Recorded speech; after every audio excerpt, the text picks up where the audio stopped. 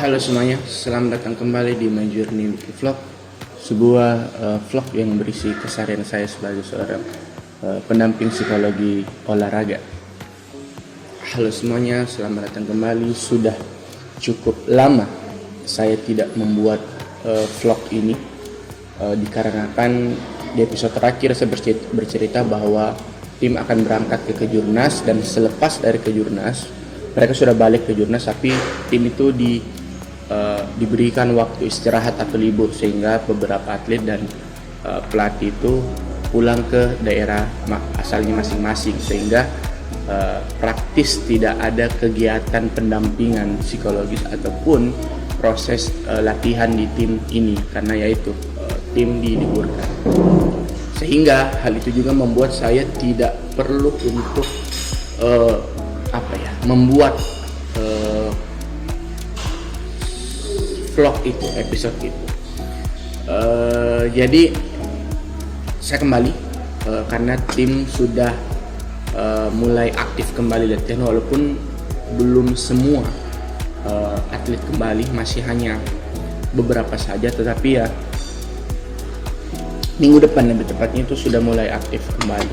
Sebenarnya sudah dari minggu lalu, tetapi ya masih proses pembiasaan kembali latihannya, apa istilahnya ya, saya lupa apa istilah yang mereka biasa pakai, tapi ininya masih proses pembiasaan kembali setelah istirahat dan berlibur. Mereka masih membangun kembali kekuatan otot untuk bisa kembali memasuki program dengan intensitas yang tinggi kembali seperti itu. Nah, tetapi karena yang seperti yang saya bilang bahwa tidak ada latihan, yang ingin saya sampaikan adalah ketika video ini tayang, ketika episode ini tayang, itu adalah sudah tepat 1 tahun saya bergabung di tim Platnas Atletik Mimika. 1 tahun yang penuh banyak cerita. So, episode ini akan lebih banyak lebih banyak saya menceritakan hal-hal apa saja yang saya telah pelajari selama 1 tahun berada di tim Platnas Atletik yang ada di Mimika. So, mari kita mulai.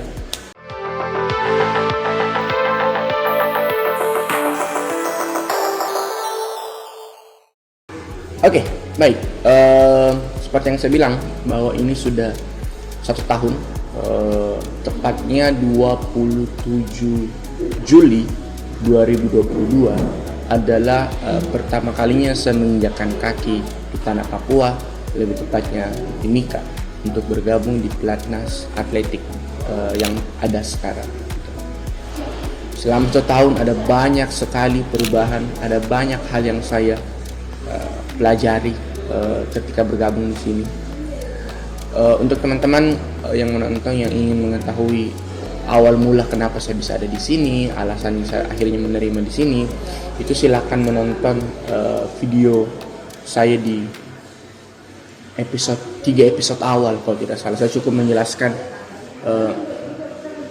saya siapa, latar belakang siapa, terus kenapa saya bisa akhirnya bergabung di sini, dan alasan saya menjadi menerima kesempatan yang ada ini gitu. Silakan menonton untuk lebih jelas ya, karena saya membahas itu jauh lebih detail. Karena di episode ini saya cuma menceritakan perubahan yang saya alami, hal-hal yang saya pelajari selama 1 tahun terakhir gitu. Yang kita langsung saja ya. Yang paling terasa dari perubahan 1 tahun tersebut adalah bagaimana saya mulai menjadi jauh lebih bisa bersikap, lebih mature terhadap situasi itu. Saya datang dengan pengalaman yang sangat-sangat minim, hanya memegang 1 kali tim PON basket 3x3 putra putri PON Sulsel, hanya 1 kali itu saja. Lalu kemudian kesempatan datang dan saya harus melompat untuk mendampingi tim di luar daerah, yang mana itu tentu saja ada culture shock yang pasti akan timbul.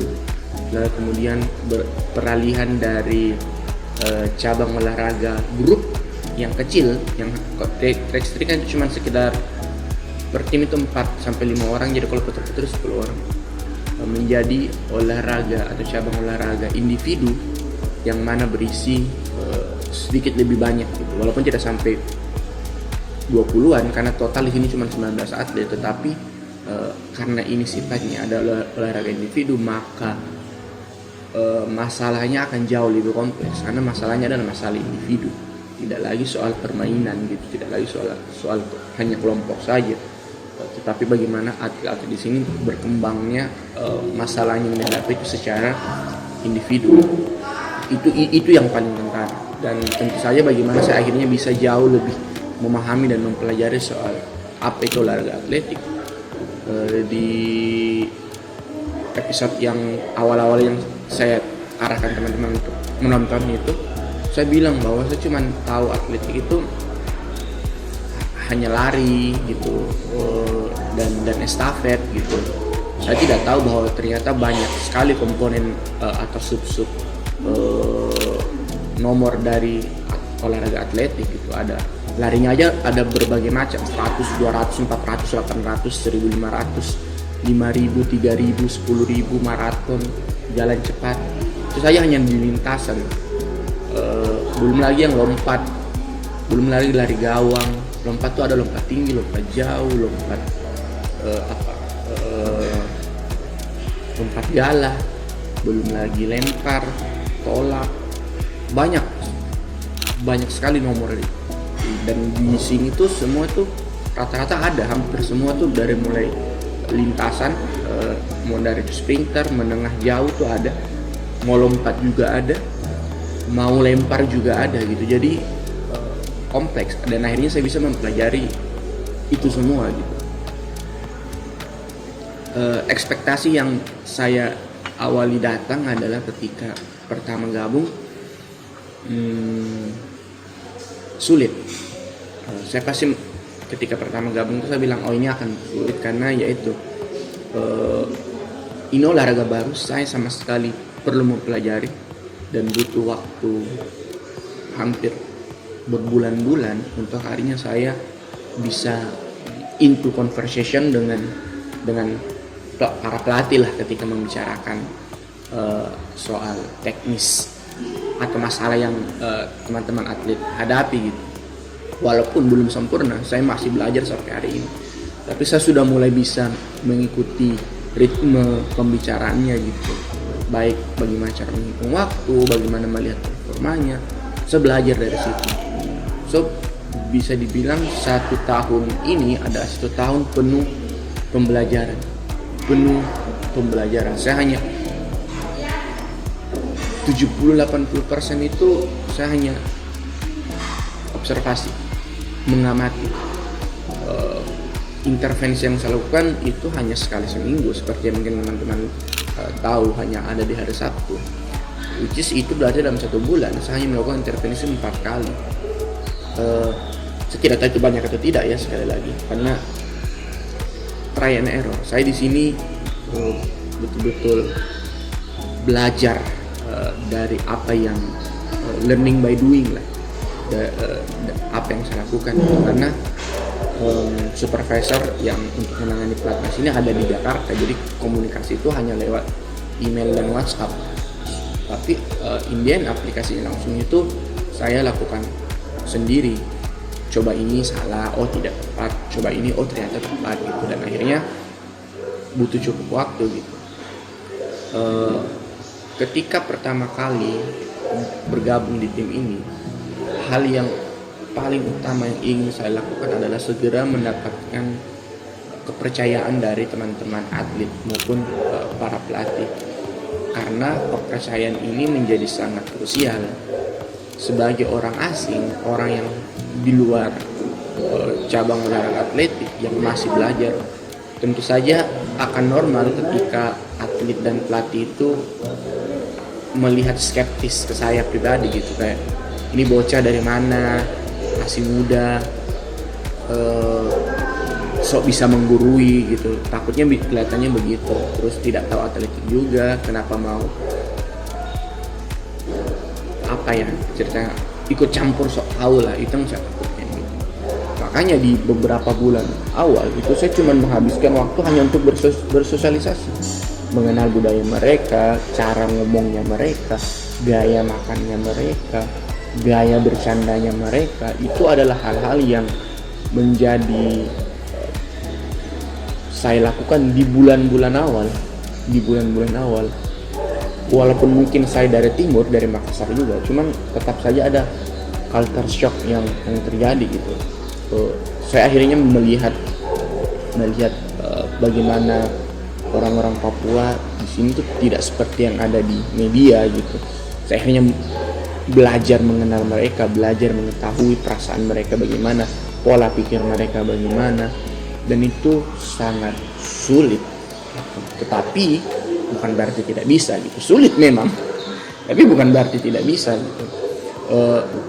Saya melakukan banyak kesalahan, mungkin bisa bahkan di awal-awal itu, di beberapa bulan awal itu, kalimat atau pilihan kata yang saya gunakan itu sangat hati-hati, karena saya di sini masih belum mengetahui, oh ini cara komunikasi yang baik ini bagaimana, cara bercandaan yang kena tuh ke mereka tuh bagaimana gitu. Karena saya sih selalu menganggap begitu, kalau kunci dari kita sebagai seorang pendamping psikologi adalah bagaimana kita mampu berkomunikasi dengan efektif ke semua lini di dalam tim, baik itu atlet, pelatih maupun pendukung gitu. Jadi sebagai orang yang tidak terlalu suka bergaul atau bersosialisasi, hal ini menjadi cukup challenging lah, karena ya saya harus beradaptasi dengan dan berbaur dengan semua aspek, dan walaupun ini adalah dikhususkan untuk talenta-talenta yang ada di Papua, tetapi ternyata saya kemudian baru mengetahui bahwa Papua pun itu sangat luas. Setiap daerah punya karakteristiknya masing-masing, setiap anak, setiap atlet ataupun pelatih punya gayanya masing-masing, dan itu kecenderungannya ditentukan oleh asal daerahnya gitu. Jadi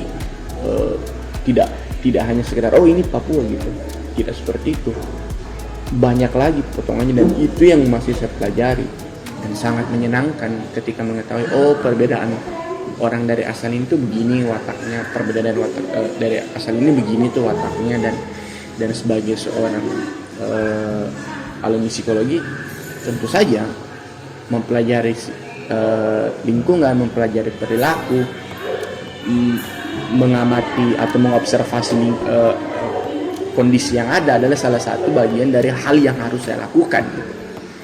So menyenangkan. Kemudian itu saya bilang saya menjadi jauh lebih mature dalam bersikap, dan ya karena itu mempelajari, bertemu dengan banyak orang-orang baru gitu. Lalu yang lainnya adalah bagaimana saya mulai kembali menumbuhkan hasrat untuk berolahraga. Saya cukup nge-push diri saya untuk ikut aktif berolahraga, karena saya pikir itu adalah cara terbaik untuk saya bisa segera dengan cepat masuk ke dalam lingkungan anak-anak atlet. Karena dengan berikut jogging saya menjadi tahu perasaan mereka ketika jogging, di lintasan, programnya. Saya tipis-tipis sering bertanya soal saya ingin ikut programnya gitu, dan saya beberapa kali bahkan ikut program, terutama di program pemanasan atau apa yang namanya pemanasan lah, drill warming up-nya gitu. Saya beberapa kali ikut karena saya ingin mengetahui, saya ingin menjadi jauh lebih dekat dengan atlet maupun pelatih gitu, dan hasilnya mungkin lumayan terlihat ya, syukurnya alhamdulillah. Jadi saya ingat Juli 2022 saya itu sampai meninggalkan Makassar dan sampai di Timika itu dengan berat I don't know almost 80 kayak 79 80 dan itu tentu saja cukup kesulitan ketika saya dengan kondisi tubuh seperti itu mengikuti ritme atlet bangun pagi, latihannya tiap hari. Jadi saya tuh saya harus ikut berubah supaya saya bisa jauh lebih masuk sehingga mereka itu melihat bahwa si psikolog ini tidak cuma hanya duduk manis aja di tribun, tapi juga ikut turun ke lapangan, ikut merasakan apa yang kami rasakan, ikut berkeringat, ikut nge-gym, ikut renang, ikut semua aktivitasnya sehingga menjadi lebih berbaur. Itu yang saya lakukan dan efeknya ke tubuh saya pun terasa gitu. Kurang lebih saya berhasil memangkas jarak sekitar 8 kilo, 9 kilo dari 1 tahun terakhir. Sekarang berat saya di 72, 73 dari yang awalnya di hampir 80, 79, 80. So hampir 8 kiloan kepotong kurang lebih. Dan itu akan terus saya lakukan sampai semaksimal mungkin menurunkan badan gitu. Karena saya akhirnya menjadi aktif berolahraga karena mereka gitu. Saya join dengan kehidupan mereka, jadi ya itu. Dan akhirnya setelah 1 tahun ini saya kemudian menyadari cara yang saya lakukan itu cukup berhasil karena akhirnya saya pun menjadi berbaur dengan teman-teman atlet, dengan teman-teman pelatih gitu. Saya beberapa kali jogging pagi dengan mereka di sekitaran hotel. Saya menunjukkan niatan saya. Kalau mau makan makanan sehat tuh begini loh. Saya tuh atur pola makan itu begini loh. Cara hitung kalori itu begini loh. Akhirnya kami belajar sama-sama gitu dan ya akhirnya satu sama lain saling menjadi memberikan dampak positif gitu. Saya menjadi lebih dekat dengan mereka, terutama dengan para atlet, lebih bisa menjadi temannya mereka, akhirnya bisa jauh lebih berbaur dan itu yang penting gitu. Nah makanya di tahun kedua ini, masuk tahun kedua, setelah 1 tahun memang saya tuh menargetkan setahun pertama dalam bagaimana mendapatkan trustnya tim, sambil sesekali melakukan intervensi sedikit lah. Nah di yang tahun kedua ini, memasuki tahun kedua, insya Allah saya akan setelah mendapatkan trust dari tim ini, mungkin intervensi atau hal-hal atau modifikasi perilaku yang ingin saya terapkan itu akan jauh lebih mudah dilakukan karena trustnya sudah didapatkan gitu. Jadi nextnya setahun ke depan adalah seperti itu. Bagaimana saya ingin belajar atau memberikan lebih banyak treatment kepada atlet dan pelatih seperti itu. So 1 tahun yang luar biasa, 1 tahun yang menyenangkan, 1 tahun yang banyak pembelajaran. Saya belajar banyak, observasi, perubahan ada dalam diri saya pun juga ada gitu. Semoga 1 tahun yang menyenangkan ya. Semoga 1 tahun ke depan adalah jauh lebih menyenangkan daripada kondisi hari ini. So mungkin begitu saja untuk episode kali ini, merayakan 1 tahun saya berada di tim Platnas Atletik Timika. Semoga apa yang saya lakukan ini memberikan dampak positif karena sejauh ini sangat baik. Kami tim ini sudah berhasil mendapat medali di Thailand Open, di Filipina Open, di Kejurnas kemarin pun kami membawa 3 medali perunggu. Kita memberikan info di Kejurnas kemarin kami membawa 3 medali perunggu, cakram perunggu, lembing perunggu, dan 400 meter putra perunggu. So itu adalah awalan yang baik untuk 1 tahun pertama. Semoga kedepannya dengan semakin banyaknya kompetisi-kompetisi yang ada, tim ini bisa menjadi jauh lebih kuat dan mampu bersaing, bukan hanya di nasional tapi juga di internasional. Terima kasih semuanya yang telah menonton. Jika ada pertanyaan atau apapun silahkan tinggalkan di komen. Jika suka silahkan like dan subscribe-nya biar kita semakin sering bertemu di konten-konten. Terima kasih, sampai ketemu minggu depan. Ciao.